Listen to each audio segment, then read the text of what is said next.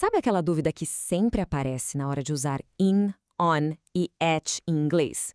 A gente tenta traduzir do português, pensa no em, no no, no na e quase sempre dá errado.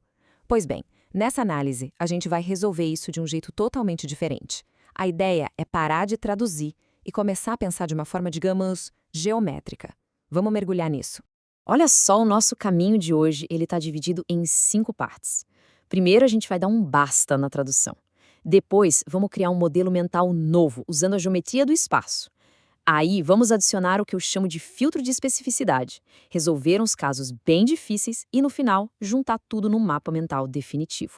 Então, vamos lá. O primeiro passo, e talvez o mais importante, é uma virada de chave na nossa cabeça. É preciso parar de buscar uma palavra igualzinha no português. Esse hábito só atrapalha. E aqui está o pulo do gato.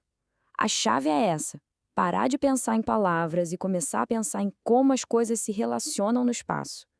Em vez de ficar na dúvida entre em, no ou na, a pergunta certa é outra. A relação com o lugar é de estar dentro, é de estar em contato com a superfície ou é de estar num ponto de referência?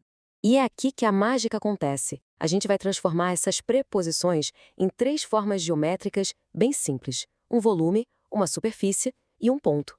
Esse é o coração da nossa estratégia, do nosso blueprint. Olhem bem para essa imagem, porque ela é a base de tudo. In representa a ideia de estar contido, sabe, dentro de um volume.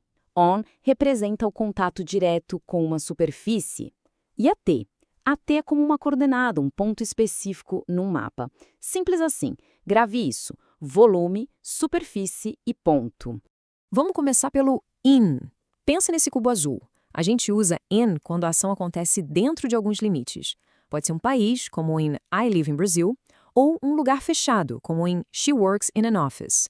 A ideia central aqui é contenção, estar dentro de algo. Agora vamos para o on. Aqui a geometria muda. Pensa num plano, numa superfície. Usamos on quando existe um contato físico. Keys on the table. As chaves estão tocando a superfície da mesa. Notes on paper. A gente escreve na superfície do papel. A palavra-chave aqui é contato. E, para fechar o trio, temos o at. Imagina aquele pino dourado de localização de mapa. At não fala sobre estar dentro ou em cima, mas sim de um local como um ponto de referência. I work at a bank. O banco é o ponto de referência do trabalho. He arrives at the station. A estação é o ponto de chegada. É uma coordenada, um local específico. Ok, com a geometria dominada, vamos adicionar uma nova camada ao nosso modelo. A palavra the funciona como um tipo de filtro, ajustando o quão específico a gente quer ser sobre uma localização. Essa imagem aqui ilustra a diferença de um jeito genial. Sem o the, a gente fala de uma forma geral, de uma ideia. I work at a bank significa que a pessoa trabalha num banco, um banco qualquer. Agora, com o the, a coisa fica específica. I work at the bank aponta para aquele banco específico que todo mundo na conversa já sabe qual é. É como um controle que vai do geral para o específico. Certo, agora vamos para o teste de fogo, aplicar nosso blueprint naqueles exemplos que sempre confundem a gente. Tipo escola, hospital, cama. O segredo aqui é saber diferenciar a função de um lugar do seu aspecto como objeto físico. Agora, olha que interessante essa matriz. Ela organiza essa lógica toda. Na coluna da esquerda, temos a função do lugar, geralmente sem os da. She studies at school. A função dela ali é ser estudante. Na direita, o foco é no objeto físico, e aí entra o da. She visits the school. Ela está visitando o prédio da escola. O mesmo vale para he goes to beds, que é a função de dormir, contra he sits on the beds, que é o contato com a superfície da cama, o objeto. Bom, e para o nosso blueprint funcionar perfeitamente, precisamos encaixar uma última peça, uma engrenagem fundamental da gramática. Não adianta nada escolher a preposição certa se o verbo estiver errado, né? A regra básica do simple present é essa aí.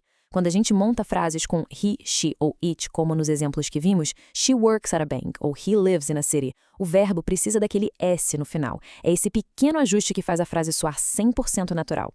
Muito bem! Passamos por todas as peças do quebra-cabeça.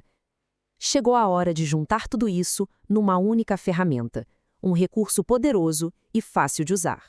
E aqui está ele, o mapa mental definitivo. Ele combina as 3 partes essenciais que a gente viu. Primeiro, a geometria, com in, on e at sendo volume, superfície e ponto. Depois, o filtro, usando de para dar especificidade. E, por fim, a máquina, que é a regrinha do Simple Present para o verbo ficar correto. Esse é o seu novo guia, sua nova bússola para usar preposições sem medo. Com esse modelo em mãos, a confusão some e a clareza aparece. Não se trata mais de adivinhar ou de traduzir, mas de aplicar uma lógica visual que faz todo sentido. A pergunta agora muda. Não é mais, será que é difícil? E sim, o que dá para construir com essa nova ferramenta?